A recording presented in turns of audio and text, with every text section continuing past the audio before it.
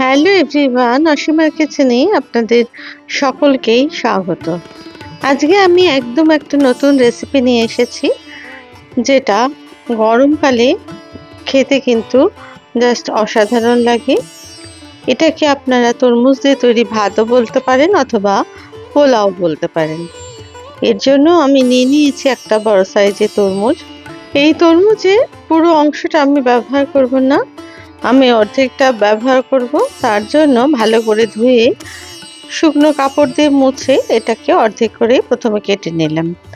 তারপরে অর্ধেকটা আমি টুকরো টুকরো করে পিস করে নিলাম, যেটাকে একটা মিক্সার জারে দিয়ে আমি ভালো করে ঘুরিয়ে এটার রস বের করে নিলাম।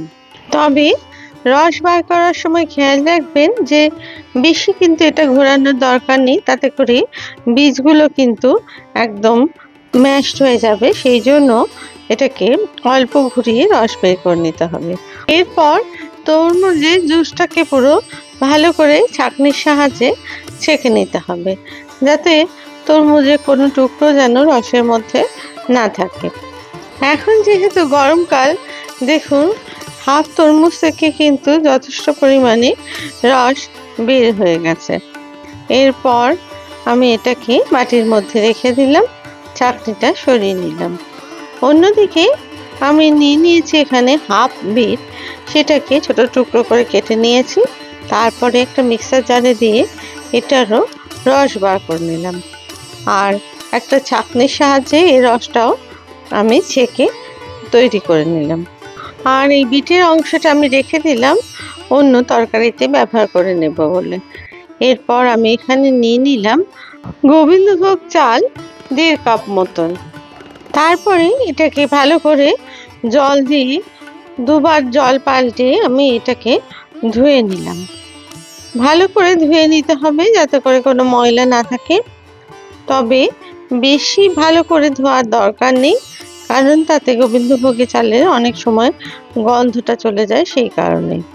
এরপর একটা ছাঁকনিতে জল ঝরানোর জন্য রেখে দিতে হবে আধ ঘন্টার জন্য।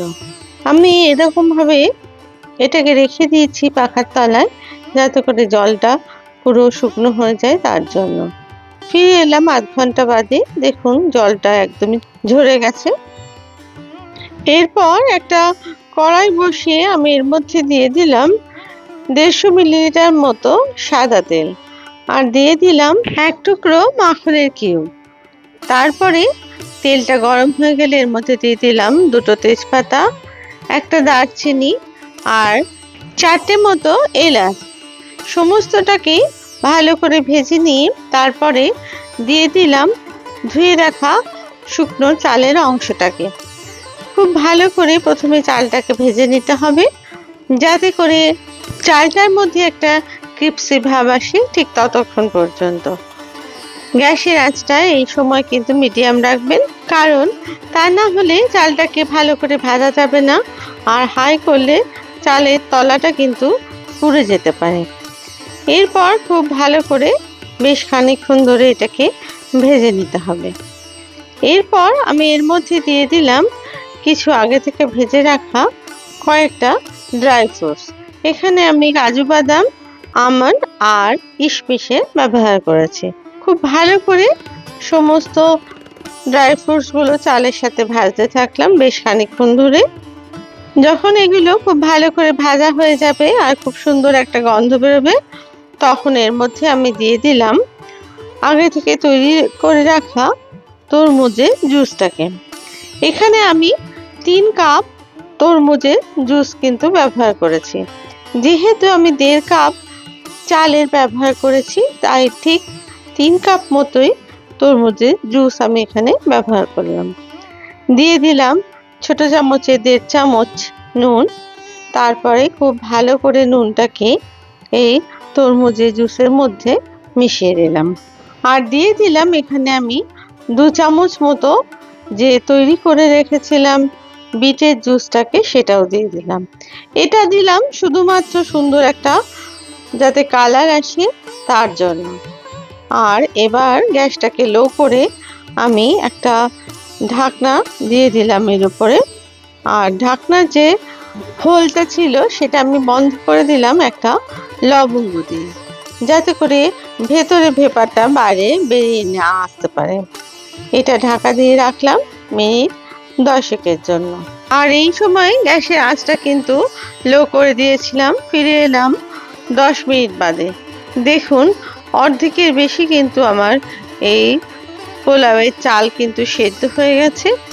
এরপর আমি এর মধ্যে দিয়ে দিলাম 2 চামচ মতো চিনির গুঁড়ো।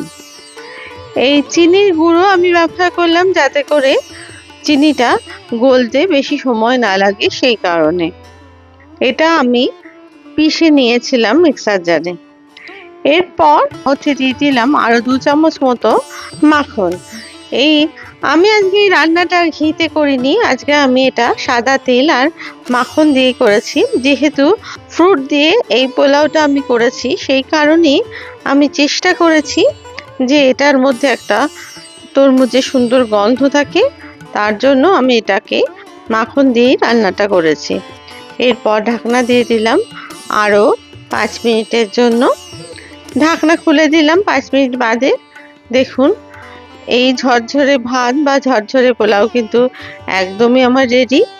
একটু এটাকে ভালো করে স্প্যাচুলা দিয়ে আলতো হাতে নাড়াচাড়া করে সমস্ত উপকরণগুলো আরেকবার মিশিয়ে নিলাম, যাতে করে মিষ্টি নুন সবই সমানভাবে থাকে। তারপরে গ্যাস বন্ধ করে আর লবঙ্গটাকে খুলে দিয়ে আমি এটাকে রেখে দিলাম ঠান্ডা হওয়ার জন্য মিনিট 5-এর মতো। তারপরে একটা বাটির মধ্যে এটা পরিবেশন করলাম। আপনাদের যদি আমার এই রেসিপি ভালো লেগে থাকে তাহলে প্লিজ লাইক, শেয়ার আর কমেন্টস করতে ভুলবেন না। আর আপনারা যদি আমার চ্যানেলের নতুন বন্ধু হন তাহলে অবশ্যই চ্যানেলটিকে সাবস্ক্রাইব করে দেবার অনুরোধ রইল। আর পাশে থাকা বেল আইকনটিকে প্লিজ প্রেস করে দেবেন, যাতে করে নতুন রেসিপি দিলে খুব সহজেই তা আপনাদের কাছে পৌঁছে যায়। দেখুন ঝরঝরে ভাত বা ঝরঝরে তরমুজের পোলাও একদম তৈরি। আপনারা এই গরমকালে একবার কিন্তু এটা বানিয়ে দেখতে পারেন বাড়িতে, অসাধারণ স্বাদের হয়। মাছ, মাংস অথবা নিরামিষের দিনে এটা বানিয়ে আপনারা পরিবেশন করতে পারেন। আজকে আমি এই ঝরঝরে তরমুজের পোলাও পরিবেশন করব দইয়ের ফ্রুট স্যালাড দিয়ে। তার জন্য আমি নিয়ে নিলাম দই, আর এর মধ্যে সামান্য দিয়ে দিলাম চাট মশলা আর কিছু গোলমরিচের গুঁড়ো। তারপরে ভালো করে এটা মিশিয়ে নিয়ে আমি একটা রায়তা মতো তৈরি করে নিলাম। যে রায়তা এই ফ্রুট পোলাওয়ের সাথে খেতে কিন্তু অসাধারণ লাগে।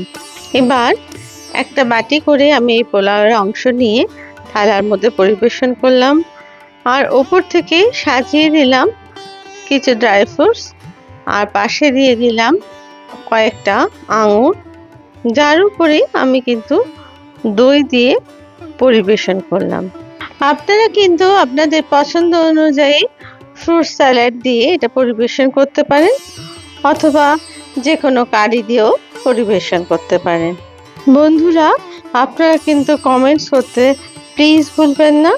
আপনাদের কমেন্টস আমার কাছে কিন্তু খুবই মূল্যবান এই পোলাও খেতে।